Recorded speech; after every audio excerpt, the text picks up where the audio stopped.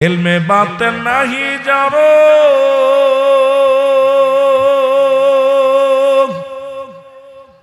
হাসরে সে অন্ধর ওরে মেলাদনি নাহি যার দোজকে তেশিরা ইলমের বাহাদুরি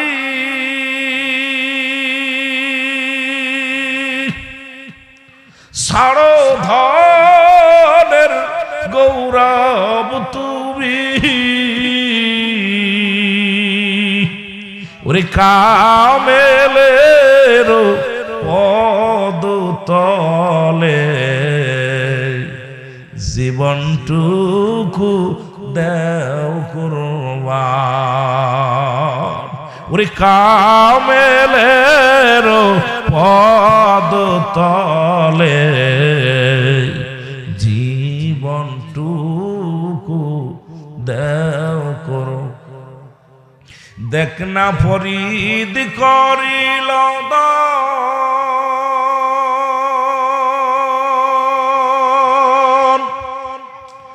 অমূল্য চক্ষু রত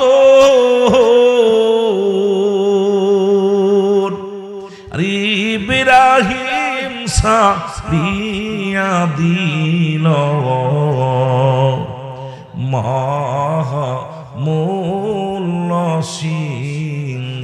সিংহাসন এই জগৎটা যখন আপনি যাবেন এই সিংহাসন আপনার কাছে কিছু না চোখ ইব্রাহিম আদম সিংহাসন ছেড়ে দিচ্ছে আল্লাহকে পাওয়ার জন্য শেখ ফরিদ তার চোখ দুইটা হারায় ফেলছে আল্লাহকে পাওয়ার জন্য আর আমি আপনার দোলার মধ্যে বসতে পারি না এই কত খানা খাইবা তোমরা দুদিন না খেয়ে থাকলে হবে কি খানার জন্য আসি নাই মাহফিলে বয় একান্ত যার প্রয়োজন খোদা লাগছে একান্ত সে ছাড়া আগে নিজের খোরাক নাও নফসের খোরাক নাও এই নফসে আম্মারাকে কন্ট্রোল না করতে পারলে পীরমুরিদি করে লাভ নাই খালি পেট পুজরি করো না তুমি তো চার পায়ে পশু নয় যে উদার ভরে খাইবা আপনি 3 ভাগ খানা 1 ভাগ খালি 1 ভাগ পানি 1 ভাগ খোদা তাআলার বন্দেগীর জন্য আপনি উদার ভরে খাইবেন আপনি এরপরে এখানে বয়ে আলোচনা শুনতে পারবেন না ক্ষুধার্ত অবস্থায় নফসের খোরাক নিতে হবে জোরে বলেন ঠিক কিনা যদিও বাকি বিল্লাহ ভাই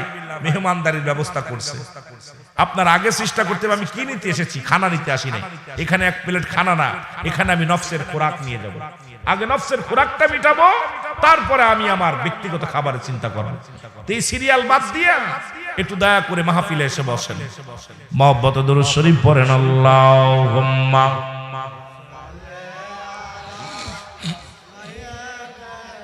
সাগরে কথা না বলতে কথা যায় ওয়ালা আলি সাইয়্যিদিনা এ দুনিয়ার মুসলমান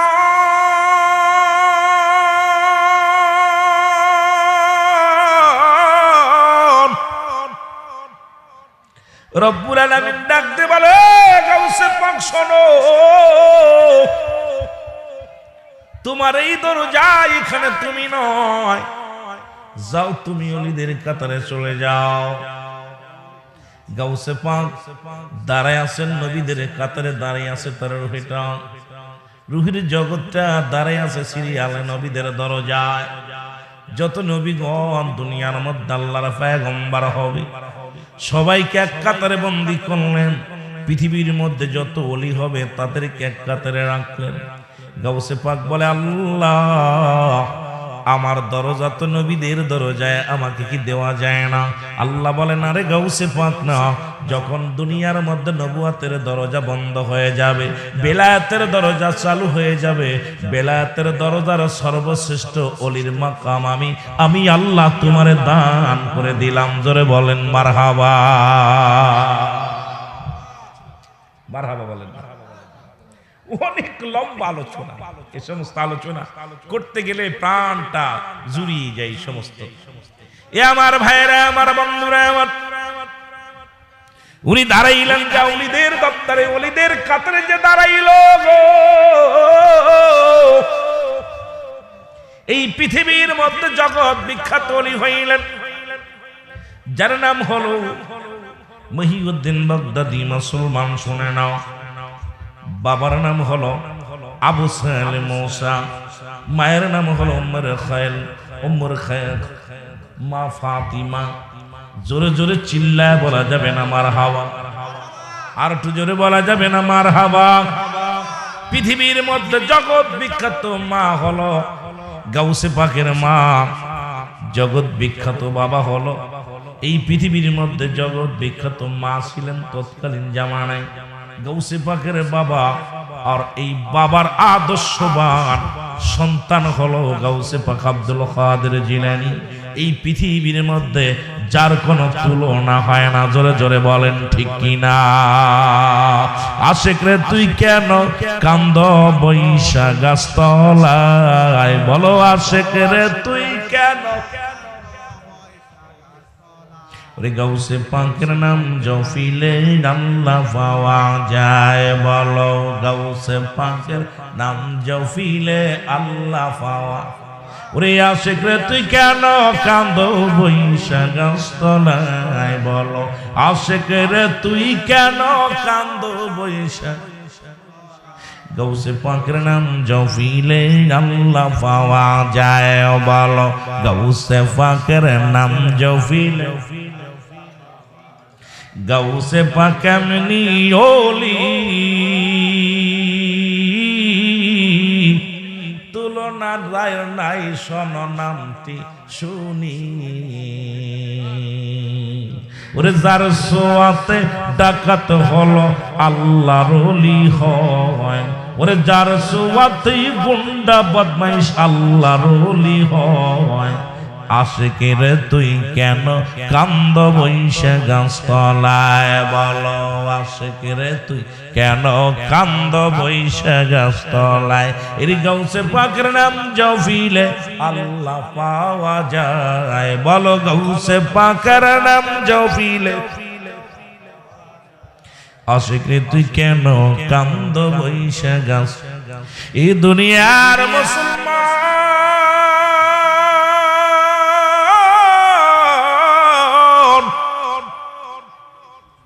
গভীর মনোযোগ দিলের কান্না লাগা সড়ক। আমার যুবক বন্ধুরা, আবু সালেম মুসা ছিল কেমন ইমানদার, এই জন্য 5টা গুণের নারী বিয়ে করা লাগবে রে। এই 5টা গুণের নারী যদি জীবনে না আসে রে বাবা, জীবনে বিয়ে কইরা এই ঘরের মধ্যে শান্তি পাবি না।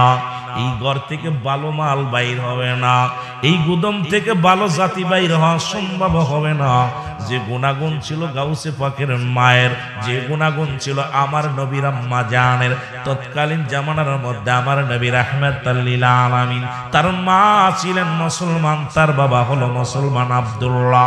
এই আব্দুল্লাহর বিবির নাম ছিল আমেনা, আমেনার বাবার নাম ছিল মুসলমান আব্দুল ওহাব জোহরি, মার নাম ছিল বাররা।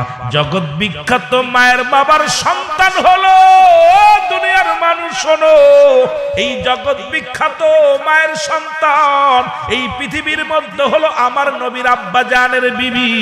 আর নবীর আব্বা জানের এই পৃথিবীর মধ্যে জগৎ বিখ্যাত বিবি হওয়ার কারণে তার গর্ভে থেকে তার মা এবং বাবা জগৎ বিখ্যাত হওয়ার কারণে এই পৃথিবীর মধ্যে জগৎ বিখ্যাত নবী হলেন, কুল কায়নাতের নবী হলেন, তামাম পৃথিবীর নবী হলেন রাহমাতাল লিল আলামিন। জোরে জোরে চিল্লা বলা যাবে না মারহাবা। মদিনা যাইতে পারলাম না, মদিনা না, মদিনা যাইতে পারলাম না, মদিনা। আমি অসহায় তাই এত দূরে রই, বলো অসহায় তাই এত দূরে রই, দূর থেকে সালাম জানাই, বলো দূর থেকে সালাম জানাই। মদিনা যাইতে পারলাম না মদিনা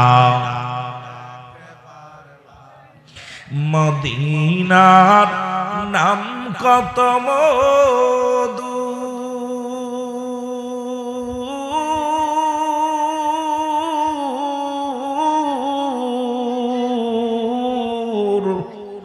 মদিনা আর যে কত দূর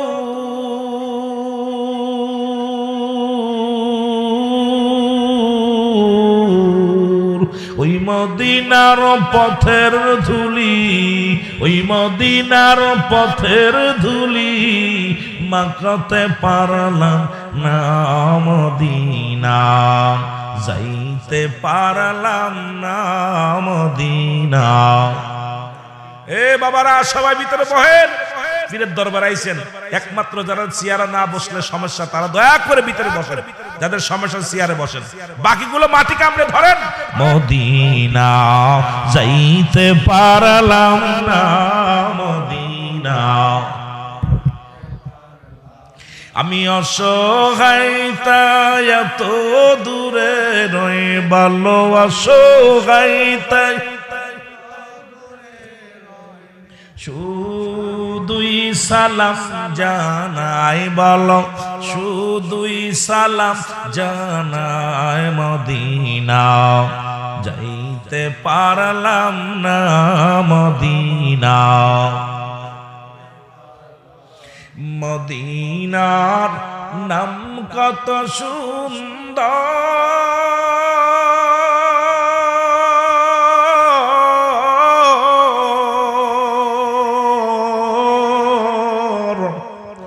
মদিনা কেরে সে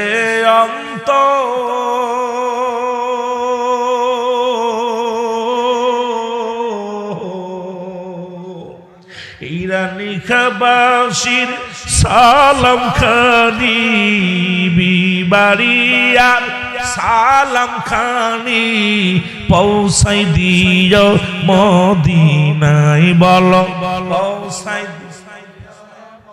দিনায় মদিনা যাইতে পারলাম না মদিনা এ দুনিয়ার মুসলমান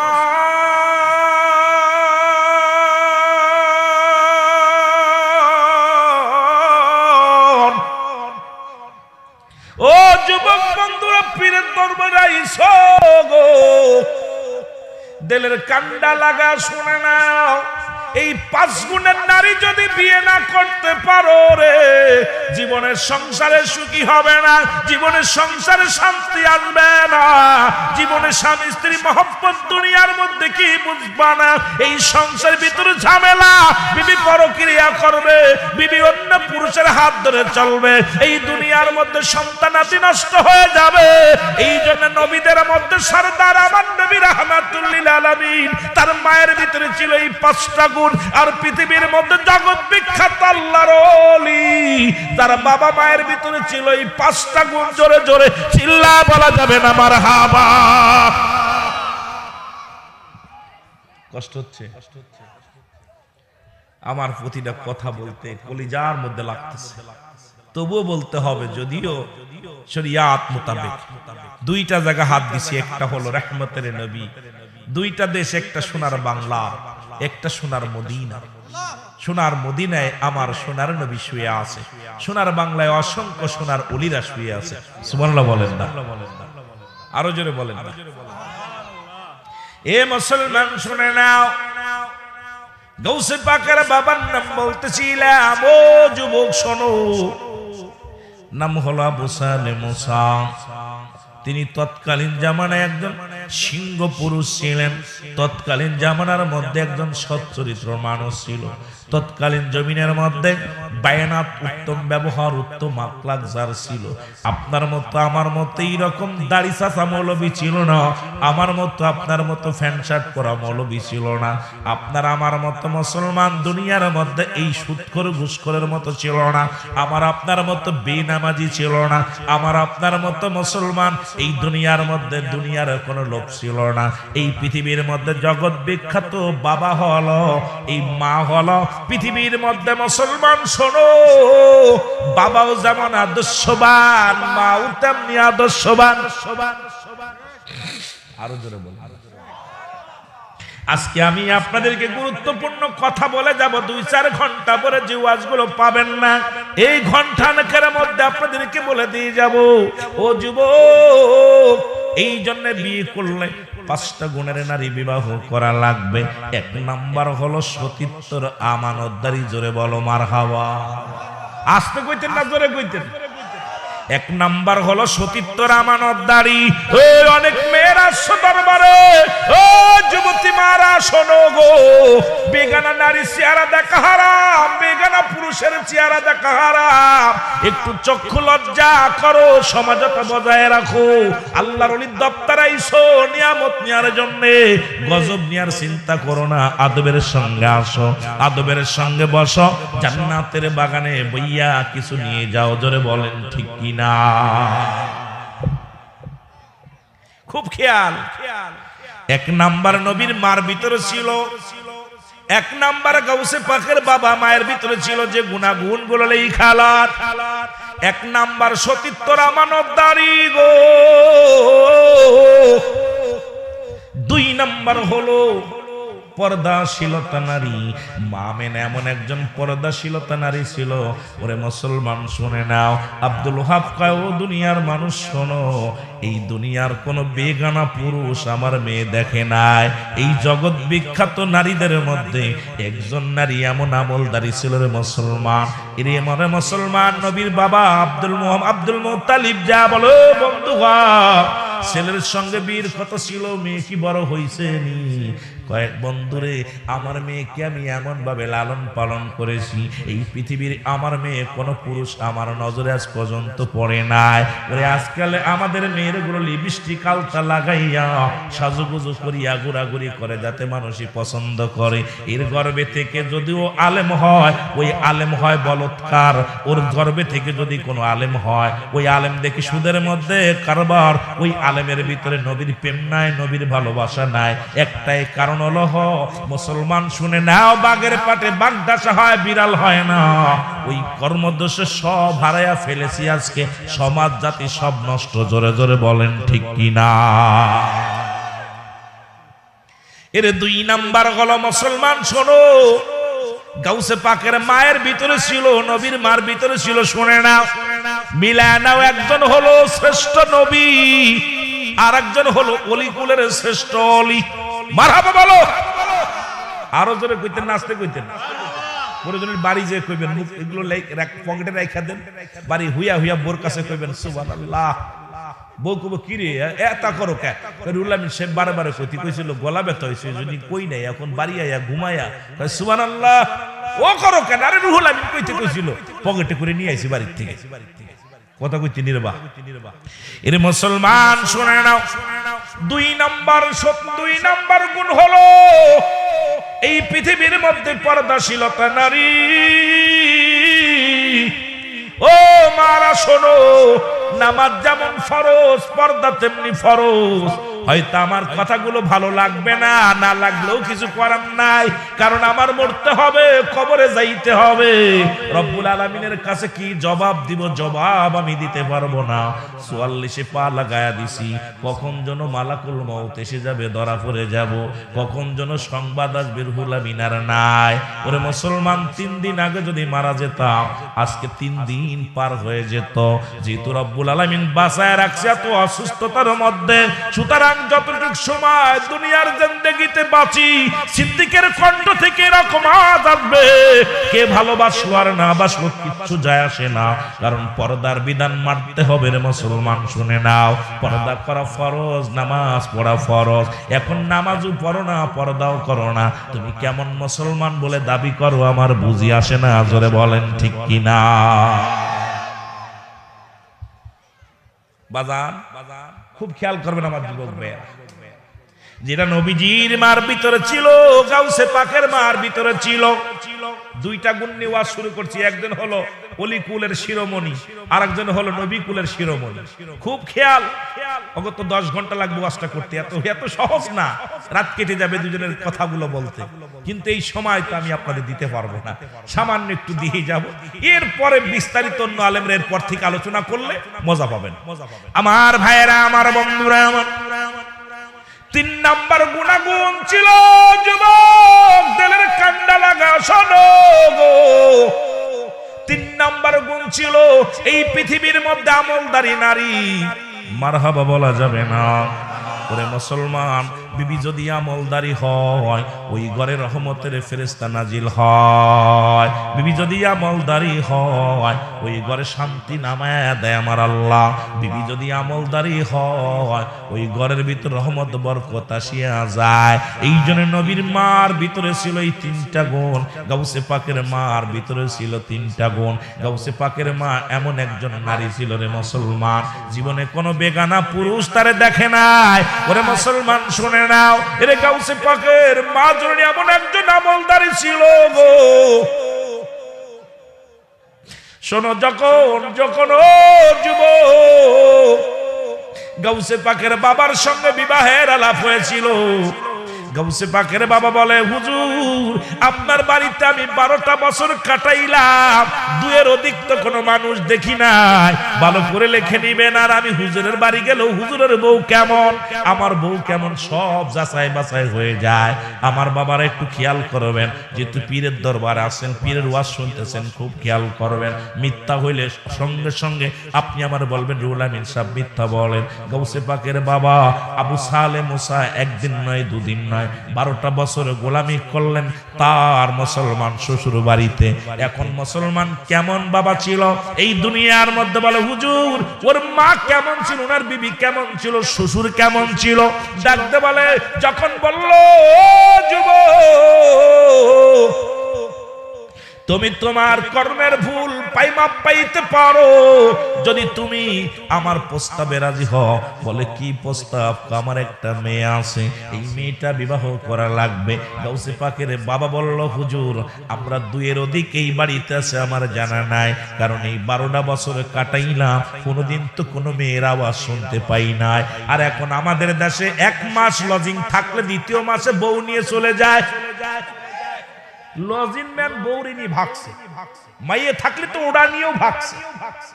12টা বছর কাটাইলেন বাড়িতে, খোদার কসম।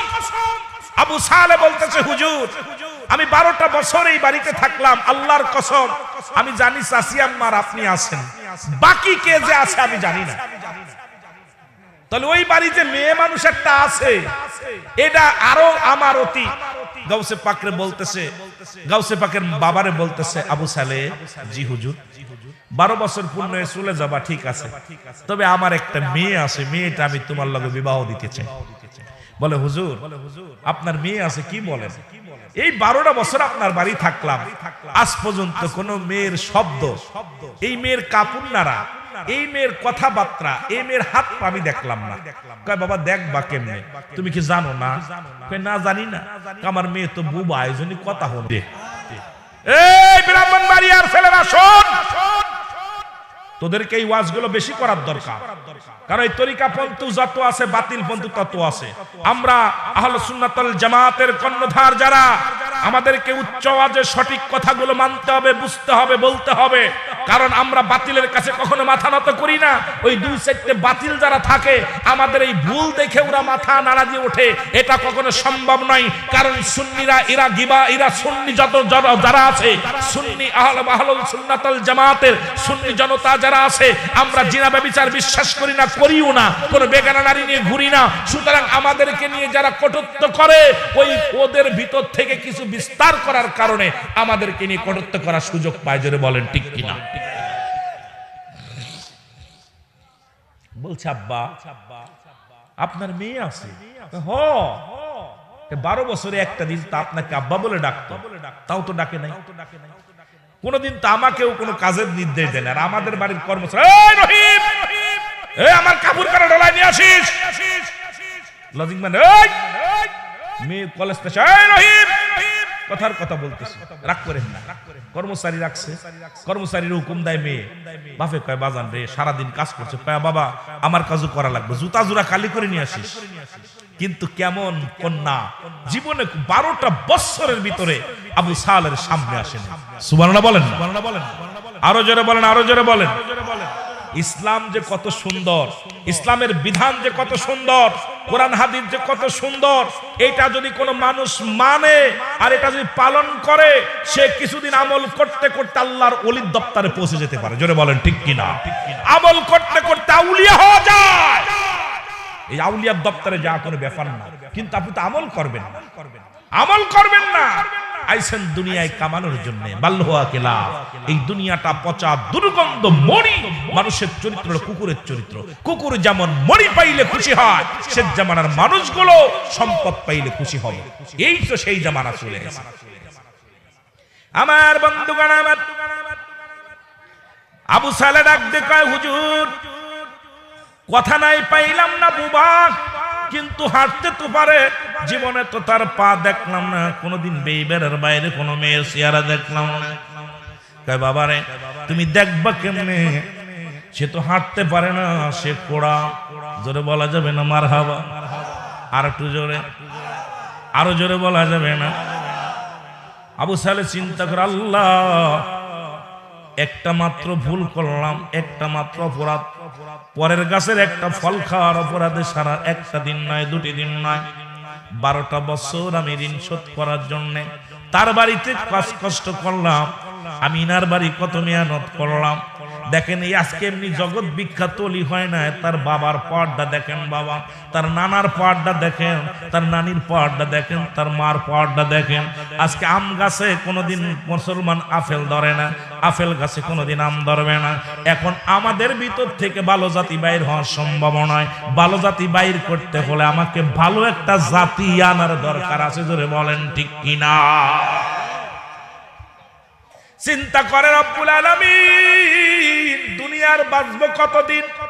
গাউসে পাক তার বাবা বলতেছে, আবু সালে মুসা বলতেছে, আল্লাহ কদিন আর বাঁচবো?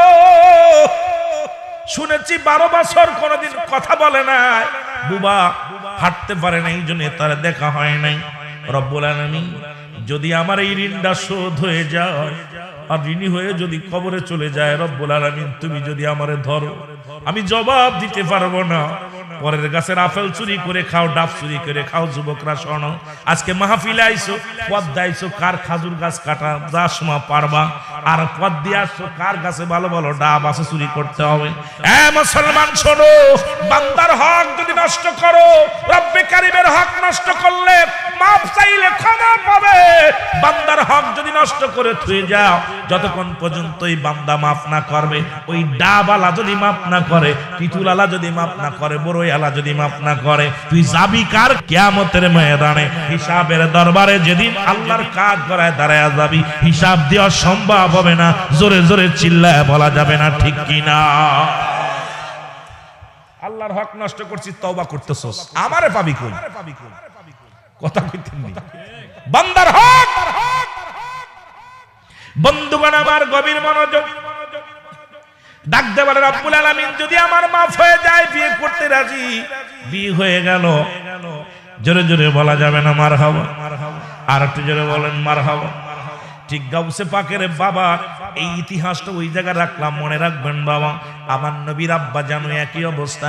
নবীর আব্বা আব্দুল্লাহ যখন দুনিয়ার মধ্যে ওই যে জমজম কূপের পানি, যে ওয়াজটা আমি অনেক ভাইরাল হয়েছে, অনেকে দেখেছেন মুসলমান।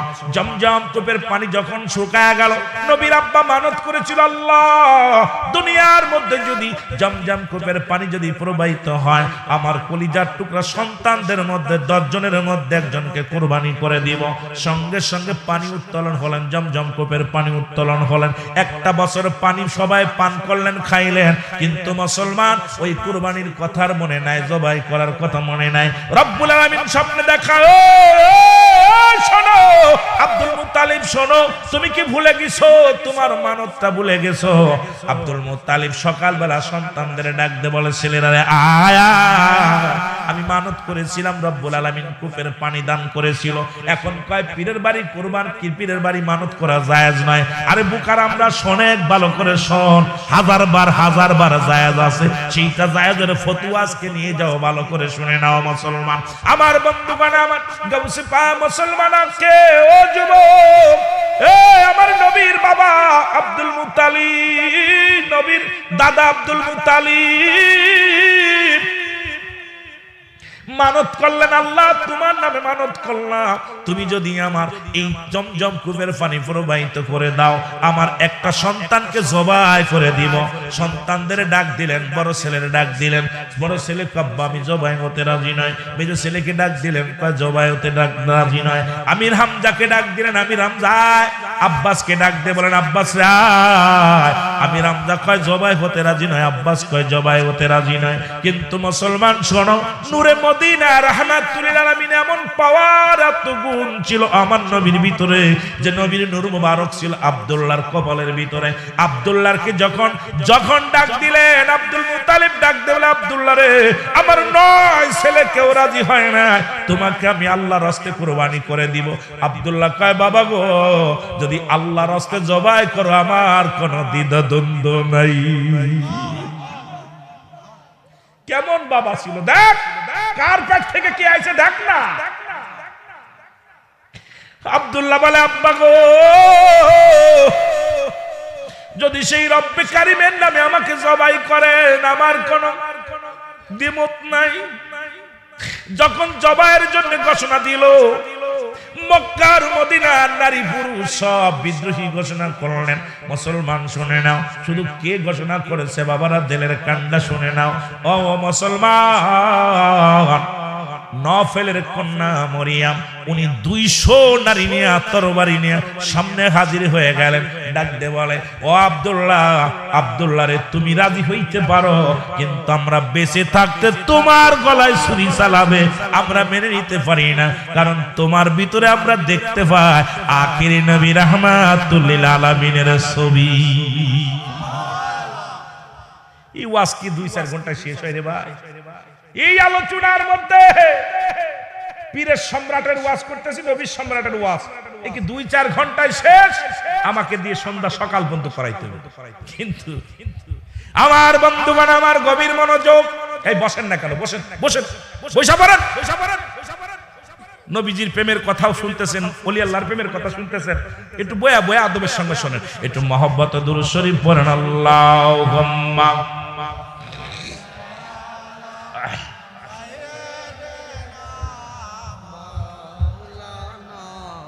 সভাপতি, সম্মানিত সভাপতি,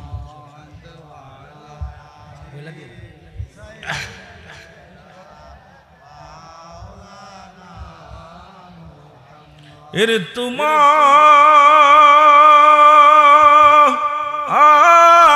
না দেখিল গাউসে পাক ঘরে রায়না মন রে, তুই আমার জীবন গাউসে পাক, তুই আমার জীবন।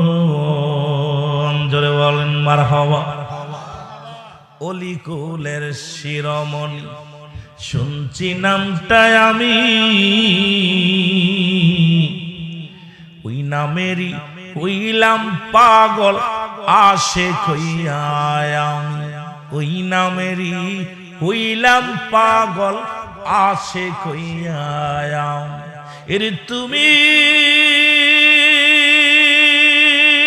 বিনা এ জগতে, তুমি বিনা এ ভুবনে কে আছে আমার রে, তুই আমার জীবন গাউসে পাক, তুই আমার জীবন। জোরে বলেন মারহাবা। আর একটু জোরে বলেন। যাদের কথা আল্লাহ বলে দলিল, আলা সাবধান, ইন্না লিচ্ছালা ইন্নাহুল্লাহি, আল্লাহ তরফ থেকে যারা ওলি হয়, লা লাই খাউফুন শব্দের অর্থ ভয়, ওয়ালা যদি অবস্থান করো হুম ওদের উপরে জানুন তাদের চিন্তা ভাবনা কিচ্ছু নাই। আল্লাহ নামাজের আগে আলা বলে নাই, হজের আগে আলা বলে নাই, যাকাতের আগে আলা বলে নাই, আল্লাহর ওলিদের বিষয় বলছে আলা সাবধান। মারহাবা বলো, মারহাবা। আর একটু জোরে। বন্ধুগণ আমার শুনে নাও,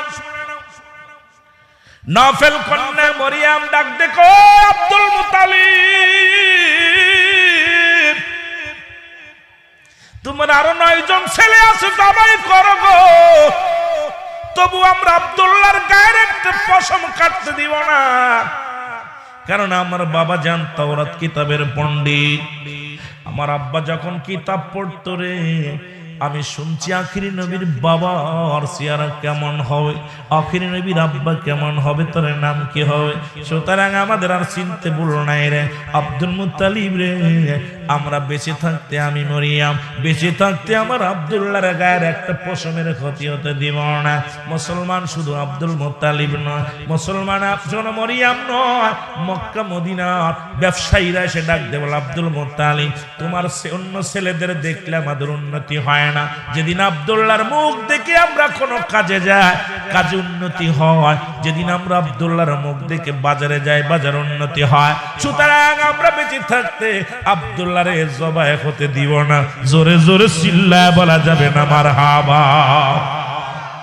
আয় হায় নবীর প্রেমে জীবন গড়ো, নবীর প্রেমে জীবন গড়ো, নসিব করো মদিনা, বলো নবীর প্রেমে জীবন।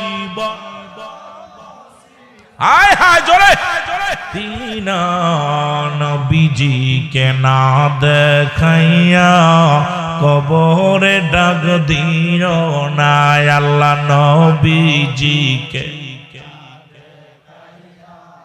কবরে ডাক, দয়াল নবী মায়ার নবী এই আশেকদের ভুইল না, দয়াল নবী মায়ার গনবী আমাদেরকে ভুইলেন না, নবীজিকে না দেখাইয়া। ও নবীর প্রেমিকেরা জোরে বলো নবীজিকে না দে কবরে ডাক দিও না, বলো নবীজিকে না।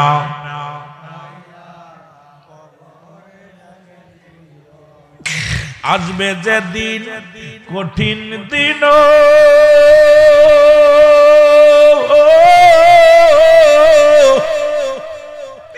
রাসূল মোদের সায়রা যায়ও না, আসবে যে দিন বিচারের দিন, নবী এই পাপীদের ভুইলা থাইকো না, আমার নবীজিকে না দেখাইয়া কবরে ডাক দিও না, বলো নবীজিকে। ও নবীর প্রেমিকেরা জোরে জোরে বলো নবীজিকে না দে।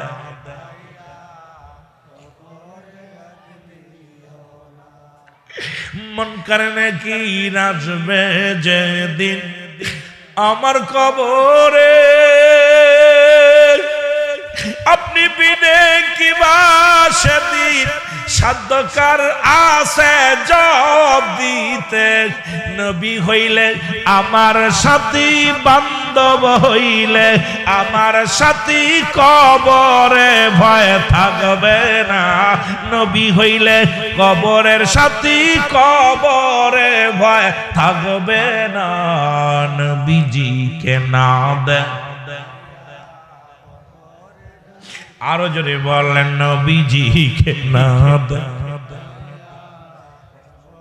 এর নবীর প্রেমে জীবন গড়ো, তোমরা নবীর প্রেমে জীবন গড়ো, নসিব করো মদিনা, বলো নবীর প্রেমে জীবন গড়ো, নসিব করো। নবীজিকে না দেখাইয়া, আরো জোরে জোরে চোখের পানি ছেড়ে বললেন নবীজিকে না। আমরা হইলাম সুন্নি মুসলমান, নবী সারা কিছু বুঝি না। আমরা হইলাম সুন্নি মুসলমান, নবী সারা কিছু বুঝি না। হাবিব আমাদেরকে না দেখাইয়া আল্লাহ কবরে ডাক দিও না। হায় হায় নবীজিকে না নবীর প্রেমে জীবন গড়ো তোমরা, নবীর প্রেমে জীবন গড়ো, নসিব করো মদিনা। বলো নবীর প্রেমে মদিনা, নবীজিকে না দেখাইয়া কবরে ডাক দিও না। হায় হায় নবীজিকে না দে।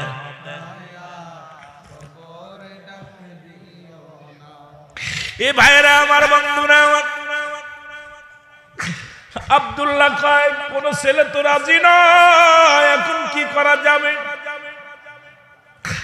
সবাই বলো আব্দুল্লাহ, আব্দুল মুত্তালিব রে, কোন ছেলে যদি রাজি না হয়, কারণ নূরে মদিনা ওয়ালার বাবারে আমরা জবাই হতে দিব না। কারণ আমরা দেখছি আখিরি নবীর নূর, আখিরি নবীর ভবিষ্যৎ। সুতরাং এই পৃথিবীর মধ্যে আব্দুল্লাহর গলায় আমরা ছুরি চালাইতে দিব না। লটারি টানা হলো, 100 লটারি লেখা হলো, নাম লেখা হলো উট বকরি, আব্দুল্লাহর নামও লেখা হলো। 99 বার নাম ডাক দিলেন, 99 বারই নাম উঠলেন আব্দুল্লাহ। মারহাবা বলা যায়, আর একটু জোরে বলে। একবারে 99 বারই নাম উঠলেন আব্দুল্লাহ। কিন্তু ভয়ের কোনো কারণ নাই। লোকজন বলে 99 বার না, 9900 বার যদি ওঠে, আমরা বেঁচে থাকতে আব্দুল্লাহর গায়ের একটা পশমের ক্ষতি হতে দিব না। জোরে বল। দেখেন নবীর মা কেমন, বাবা কেমন। ও যুবক, এরপরে উঠের নাম উঠলো, 100 উট কুরবানি করা হলো, মানত পুরা হলো। এইবার গ্রামের সব মেয়েরা বিয়ের জন্য পাগল হয়ে গেল আব্দুল্লাহর জন্য। আরে আখিরি নবীর মা হতে পারবো আব্দুল্লাহরে বিয়ে করলে? আব্দুল্লাহ যদি স্বামী হয়, আমরা হব আখিরি নবীর বাবা, আমরা হব আখিরি নবীর মা। সবার ভিতরে কল্পনা জল্পনা, যে কল্পনা জল্পনা। আব্দুল্লাহ কয়, ও মেয়েরা রে, আমার পিছে কেন ঘোরো? কারণ আমি একা বিয়ের প্রস্তাবে রাজি হতে পারবো না, আমার বাবা আছে। আমরা ছেলেরা তো একা একা বিয়ে করেন, কিন্তু আপনার নবীর বাবা পর্যন্ত গার্জিয়ান ছাড়া বিয়ে করে নাই। নবীজি নিজেও গার্জিয়ান ছাড়া বিয়ে করে নাই। প্রথম বিয়ে যখন করেন, নবীর চাচার অনুমতি ক্রমে আম্মাজান খাদিজার সঙ্গে রাসূলের বিয়ে হয়। আর তোরা মৌলবীরা বাংলাদেশের আইন চালু করছে, 18 বছর আর 16 বছরের যুবক হলে কোর্ট ম্যারেজ করলে, কারণ বাপ মারে আর চিনার দরকার নাই। তোর ছেলে যেদিন তোরে থুয়ে আর একটা মেয়ের হাত ধরবে, সেদিন বুঝবি জ্বালা। ওরে এই গমের ঘরে মা বাবার বিছনা পরে প্রস্রাব করে দিছি, মা বুকের পরে রাখছে বিছনায়, ওই বিছনা ভিজা বিছনার মধ্যে মা ঘুমাইছে, নিজে না খাইয়া একটা লজেন কিনে পকেটে রাইখা তোরে মানুষ করছে। কত কষ্ট করেছে মুসলমান, কারণ ওই বাবা মা তোরে মানুষ করতে যাইয়া 5টা টাকা তোর স্কুলে যাওয়ার জন্য দেওয়ার জন্য নিজে না খাইয়া রে ভ্যান চালায়া, রিক্সা চালায়া, ব্যবসা করে তোর সুখের জন্য বাবা কত কষ্ট করেছে। আর তুই যখন পরের মেয়ের হাত ধরে নিয়ে চলে যাস, তখন বাবার যে কলিজার মধ্যে একটা আঘাত লাগে, ওই আঘাত শোধ করতে জীবনেও পারবি না, জান্নাতে যেতেও পারবি না। কারণ পিতা মাতার নাফরমানি সন্তান জান্নাতে যেতে পারবে না। আজকে আমাদের দেশের যুবকেরা চিন্তা করো, তোমরাও মনে রাখো, তোমরাও বাবা মা হবা। এই যে কষ্ট, ভিতরে যে কষ্টটা বাবা মায়ের লাগবে, ওই দাগটা তুমি কেমনে উঠাইবা? ওই দাগ কোনোদিন উঠাইতে পারবা না। জোরে বলেন ঠিক কিনা?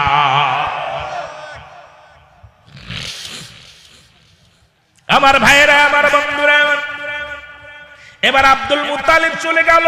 যা পারল বন্ধু আব্দুল ওহাব জোরের কাছে যে বলো, বন্ধু চারিদিক থেকে বিয়ের পায়াগম আসে, আব্দুল্লাহ বিয়ে করাইবো, তোমার মেয়ের খবর কি? আমার মেয়ের খবর হলো আমার মেয়ে তো আমি এত যত্ন করে, আমার মেয়ের ভিতরে 5টা গুণ আছে, নাম্বারে 1 নাম্বার গুণ, ওই গুণাগুণের ওয়াজ করতে যা বলতেছি না, 1 নাম্বার গুণ আমার মেয়ে হলো মুসলমান, সতীত্বর আমানতদারি। আজ পর্যন্ত সতীত্বর আমানত রক্ষা করবেন কেমনে?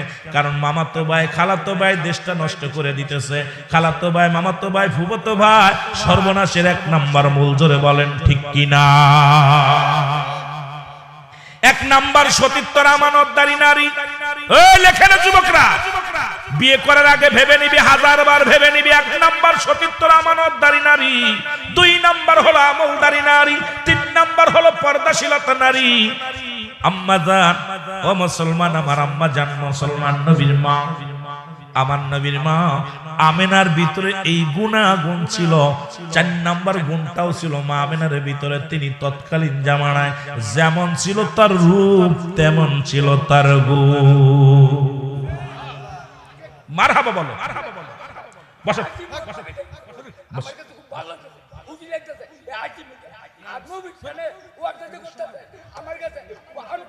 আলহামদুলিল্লাহ, বসেন বসেন।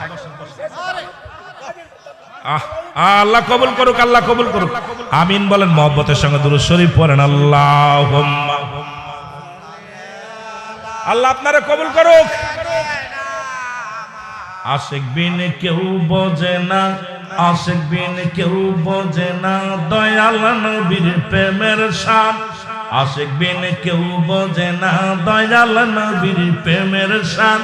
তাই তো আসে কাঁদে শুধু গায়ে যে আমার নবীর গান, তাই তো আসে কান্দে শুধু গায়ে রে আমার নবীর গান। আশিক বিন কেউ বোঝে না, দয়াল নবীর প্রেমের শান। বলো, আশিক বিন কেউ বোঝে না, দয়াল নবীর প্রেমের শান। তাই তো আসে কান্দে গায়ে রে, তাই তো আসে কান্দে গায়ে রে, গায়ে যে শুধু নবীর গান। তাই তো আসে কান্দে গায়ে রে, গায়ে যে শুধু নবীর। ঠিক কিনা? ঠিক কিনা? আশিক যখন পায় গয় আমার নবীর প্রেমেরই যে শান, কলিজাটা ঠান্ডা করে, দেহটারে ঠান্ডা করে, গায়ে যে শুধু নবীর গান, গায়ে যে শুধু নবীর গান। জোরে বলো, গায়ে যে শুধু নবীর গান। আশিক বিনে এই জগতে বোঝে না কেউ নবীর শান, আশিক বিনে এই জগতে বোঝে না কেউ। ওরে নবীর প্রেমিক হলো যারা, নবীর প্রেমিক হলো যারা, গায়ে যে শুধু নবীর গান। নবীর প্রেমিক হলো যারা, গায়ে যে শুধু নবীর গান। জোরে বলেন ঠিক কিনা? এ মুসলমান, গভীর মনোযোগ, যে কথা বলতেছি দরদি বন্ধুরা শোনো।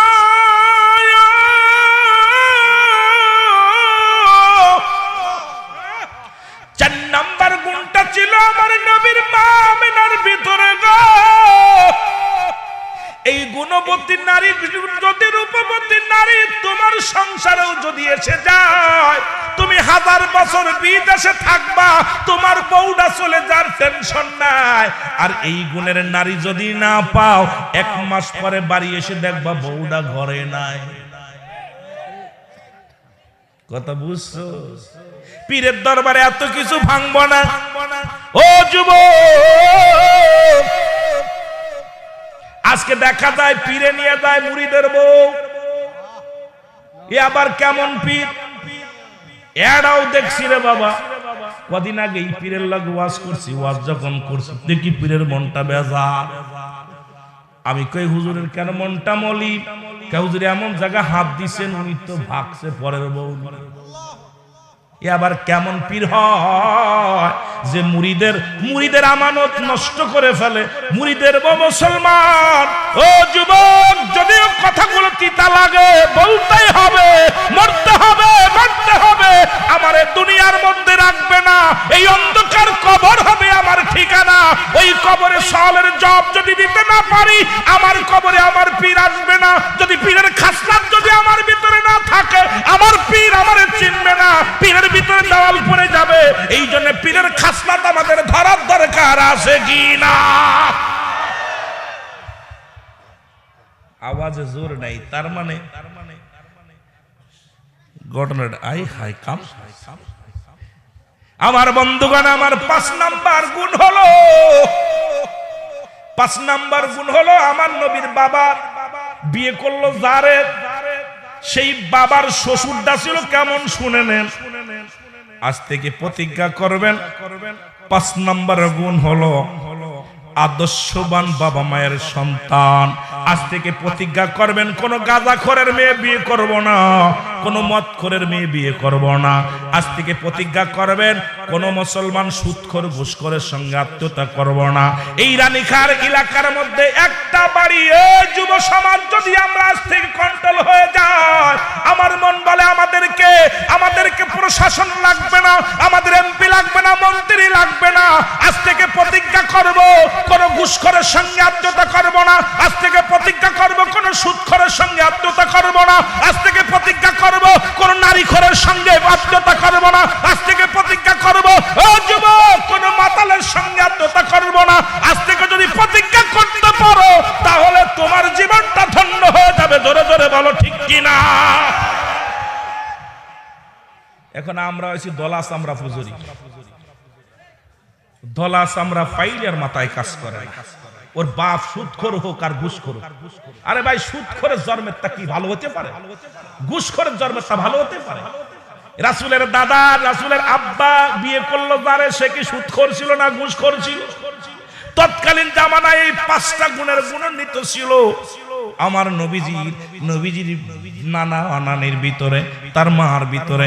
আর ওই 5টা গুণের গুণান্বিত ছিল গাউসে পাকের নানা নানির ভিতরে, গাউসে পাকের মা ফাতিমার ভিতরে। জোরে বলেন মারহাবা। লাইন কেবল ক্লিয়ার, একটা জায়গা বিয়ে পড়ালাম। নবী সম্রাটের বাবার বিয়ে হলো, এইবার গাউসে পাকের বাবার বিয়েটা দিয়ে আসি। সময় তো পাবো না, 9টা পর্যন্ত করার কথা ছিল। আয় হাই, এটা পার হয়ে গেছে। আমার বন্ধুগণ, আমার শোনেন না, মুসলমান আবু সালে মুসা ডাকতে বলে, শোনো, যদি তো আপনার কন্যা বিয়ে করলে যদি আপনার দাবিদা ছেড়ে দেন আমি রাজি। এইরকম কথা কইলে আমি রাজি হব না, আমি পালা বানে। কারণ তো দুনিয়ার কোন ইমানদার দুনিয়ার মুখাপেক্ষী না, ইমানদার হলো আল্লাহর মুখাপেক্ষী। দুনিয়ার ধন সৌন্দর্য টাকা পয়সা অর্থর লোভ দুনিয়ার কোন পাগলেরা করে না। দুনিয়াবি পাগল যারা এরা করে, যারা আল্লাহর পাগল এরা দুনিয়ার কোন মুখাপেক্ষী না, রব্বে করিমের গোলাম। জোরে বলেন ঠিক কিনা। গাউসে পাকের আব্বা জান আবু সালে মুসা কয়, হুজুর আমি রাজি। বাবা রাজি যে হইলা, 12টা বছর তোমার কষ্ট দিলাম, এরপরে আমার মেয়ে বুবা, খুড়া হাঁটতে পারে না, কানা চোখি দেখে না, এই মেয়েটার বিয়ে করবা? হুজুর আমি রাজি। সুবহানাল্লাহ বলেন, আরো জোরে বলেন। গাউসে পাক চোখের পানি, গাউসে পাকের বাবা আবু সলমান সোনা আবু সালে মুসা, উনি চোখের পানি ছেড়ে ডাক দিয়ে বলে, রব্বে কারীম, এই দুনিয়ার জিন্দেগি আমার ক্ষণস্থায়ী জমিন নয়, ক্ষণস্থায়ী জমিনটা হবে আমার কবর। ওই জায়গাটা যদি আমার সুন্দর না হয়, ওই জায়গাটা যদি আমি ধরা পড়ে যাও, আমি জবাব দেব কি তোমার দরবারে? জবাব দিব কি রে আল্লাহ, এই দুনিয়ার যত কষ্ট দাও, এই দুনিয়া তুমি ইমানদারের জন্য পরীক্ষার জায়গা। আল্লাহ তুমি যত পরীক্ষা দাও সব পরীক্ষায় যেন পাস করি। জোরে জোরে বলেন মারহাবা। বিয়ে হয়ে গেছে, বলতেছে বাবা আমি তোমার এই জন্যই বলেছিলাম, কারণ আমার মেয়ের চেহারা পৃথিবীর কোন পুরুষে দেখেনি, আমার মেয়ের সঙ্গে পৃথিবীর কোন পুরুষের কথা হয় নাই, আমার মেয়ের সঙ্গে কোন পুরুষ আড্ডা মারতে পারে না। আমার মেয়ে এমন আমলধারী যে আমল করতে করতে সারা সদা সর্বদা এত আমল করত যে বাজের সময় একটু বাইরে করে কথা বলবে সুযোগটা পাইনি। এখন আমাদের মেয়েরা পড়ালেখা বাদ দিয়ে খালি মোবাইল টেপে। জোরে বলেন ঠিক কিনা। আর এই মোবাইল যারা টেপে, যদি কোনো পিস শেফ বলে যে আমি খুব ফ্রেশ মানুষ, আমি ওটা চোর, এর মধ্যে বাইরে করলে টাচ মোবাইল যার হাতে আছে সে যে ল্যাংটা ছবি দেখে নাই, আমার বিশ্বাস হয় না বাংলাদেশে এমন কোন পীর সাহেব বলতে পারে না আমিরুল আমিন সিদ্দিকী আমি বড় বুজুর্গ, আমার জীবনে আমি ল্যাংটা ছবি দেখিনি, আমি ওদের মতো বাট পাড়ার পৃথিবীতে নাই। জোরে কোন ঠিক কিনা? এই টাচ মোবাইল আইয়া এখন বুড়ো বুড়ো চোখি দেখে না, চশমা লাগাই রাম দেয়। জোরে বলেন ঠিক কিনা? ওই আর কি ভাই, খুব কষ্ট, ওইগুলো মনে হয় ভালো ইন্টারেস্ট করে না, তাই না? আহা, তাহলে বোঝা গেল আমার এই জাতিকে বাঁচান শেষ করার জন্য বিদেশিরা যে চক্রান্ত করছে, বিদেশিরা চায় আমরা জাহান্নামী হই, অমুসলিমেরা কখনো মুসলমানদের মঙ্গল কামনা করে না। জোরে বলেন ঠিক কিনা? আরো জোরে বলেন ঠিক কিনা? সুতরাং গাউসে পাকের বাবাকে বললেন, বাবা আমার মেয়ের ভিতরে গুণাগুণ আছে। 1 নাম্বার গুণ সতীত্বর আমানতদারি, 2 নাম্বার আমলদারি নারী, 3 নাম্বার মুসলমান পর্দাশীলতা নারী, 4 নাম্বার সে গুণবতী রূপবতী নারী, 5 নাম্বার সে আমার আদর্শই মানুষ হয়েছে। আমিও যেমন ভালো মনের মানুষ, একজন আলেমের পেট থেকে জালেম বাইর হয় না, যদি সে আলেম প্রকৃত হয়। আর আলেমের যদি ভুল থাকে সেখান থেকে জালেম বাইর হবে, এর মধ্যে কোনো সন্দেহ নাই। জোরে বলেন ঠিক কিনা? সুতরাং গাউসে পাকের বাবারে পর্যন্ত আনলাম, বিয়ে পড়ালাম, এখন গাউসে পাক আসবে, সময় লাগবে, আমি আলোচনার বাড়াতে পারবো না, ক্ষমা চাই আপনাদের জন্য। যেহেতু আমার আরেকটা প্রোগ্রাম থাকার কারণে, আমিও আরেকটা প্রোগ্রাম রয়েছে, এই জন্য আপনাদেরকে আমি সময় দিব না। যদি আল্লাহ আমাকে বাঁচায় রাখে, বাকি অংশে যেখান থেকে ছাড়লাম এরপরে আলোচনা করলে মজার মজার আলোচনা আসবে। 2টা বিষয়ের উপরে আমি আলোচনা করে গেছি, ওদিকে গাউসে পাকের যে বাবা মা কেমন ছিল আর নবীজির আব্বা মা কেমন ছিল। এই জন্য আমাদের একটা আদর্শ মা বাবার প্রয়োজন আছে কিনা? জোরে বলেন আছে কিনা? আল্লাহর ওলিদের দপ্তরে আসবেন, ওজিফা কালামগুলো নেবেন, ওজিফাগুলো নেবেন, ওজিফাগুলো তালিম করবেন, পীরের হুকুম তালিম করবেন। পীর যখন যে হুকুম দেয় হুকুম তালিম করার জন্য চেষ্টা করবেন, পীরের কোনো ভুল ধরার জন্য চেষ্টা করবেন না। মুরিদ শব্দের অর্থ হলো মরে যাওয়া, আত্মসমর্পণ করা। মুরিদ হওয়ার পর যদি আপনার ভিতর আমিত্ব থাকে, তাকাব্বুরি থাকে, আল্লাহর রাস্তায় আপনি মুরিদ হবেন না। যদি আপনার ভিতরে ফকর থাকে, আপনার এলেমের বহর বেশি থাকে, আল্লাহর রাস্তায় কেউ মুরিদ হবেন না। কারণ মুরিদ শব্দের অর্থ হলো মরে যাওয়া, আত্মসমর্পণ করা, সারেন্ডার করা। সুতরাং আপনাদেরকে নিয়ে আমি আর আলোচনা আগাবো না। বন্ধু ইরাক বাকি বেলা ভাই কই আছে? তা সুতরাং আমি আমার বন্ধুর কথা রক্ষা করার জন্য আর এই কণ্ঠ আমি বাজাইতেছি, বাজানোর পিছনে খালি জোরে চিৎকার মারতেছি। চিৎকার মারার পিছনে একটাই কারণ, যে বন্ধুর বাড়ি আইছি, যদি মরে যায় বন্ধুরে কইবো জাগ গেছি গা তোর বাড়ি, যে মরছি কোনো ব্যাপার না। এত ভালো মনের মানুষ বাকি বিল্লাহ ভাই মাদ্রাসা করছে। আমি আপনাদের কাছে সহযোগিতা চাই, এখানে একটা মসজিদ বানানোর জন্য, একটা মাদ্রাসা বানানোর জন্য আপনাদের কাছে আমার করজোরে দাবি থাকবে, মসজিদও দরকার, মাদ্রাসাও দরকার। এই মসজিদটা বানানোর জন্য যদি কোনো দরদি বান্দা 2-4 শতক জমি দান করতে চান, বিক্রি করতে চান, ওর কাছে দিবেন। আপনারা দয়া করে যদি দান করেন, আমার নবীজি যখন মক্কা থেকে মদিনায় হিজরত করলেন, আইয়ুব আনসারী বাড়িতে, আইয়ুব আনসারী নবীজি বলেন আমি মসজিদ বানাবো। আইয়ুব আনসারী হুজুর আমার বাড়িটা আপনাকে দিয়ে দিলাম। নবী কয় তুমি থাকবা কোথায়? কয় হুজুর আমার বাড়িটা সানি বাড়ি, আসল বাড়ি কবর, সুতরাং আমার এই বাড়ির প্রয়োজন নাই, আল্লাহর ঘর বানাবে, আমি ছেড়ে দিলাম। এমন কোন দরদি বান্দা যদি থাকেন যে আপনি অন্য জায়গা কিনে নেবেন বা 2-4 শতক দেওয়ার মতো যদি ক্ষমতা থাকে দিবেন, আর যদি না থাকে ন্যায্য দামটা নিয়ে দিবেন। তবু এই দরবারটা বিশাল প্রসারিত সুন্নিয়াতের দরবার, ইরানি খার গৌরব। যে ইরানি খা যখন দরবার নাম শুনবেন, আপনি দেখবেন একদিন বাকি বিল্লাহ থাকবে না, তার বাবা নুরি শেখ থাকবে না, একদিন এই দরবার থাকবে, তাজা থাকবে, জিন্দা থাকবে। জিন্দার জন্য আমাদের যা যা করণীয় এগুলো করার দরকার আছে কি বাবা? জোরে বলেন আছে কি না বাবা? এই জন্য আপনাদের কাছে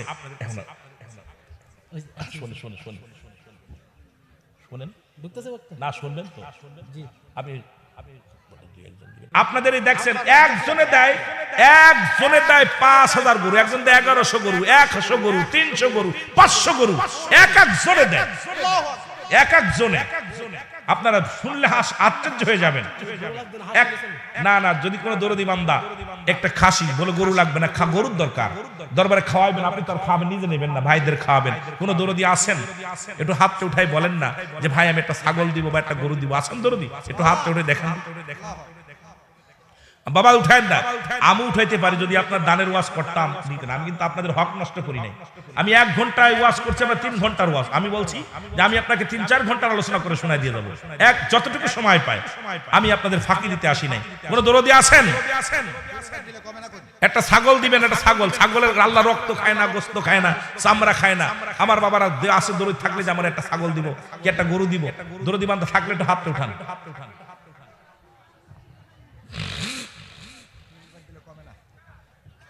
এখনো মানুষ এই হাতটাকে আল্লাহ পছন্দ করে, এই হাতটা না।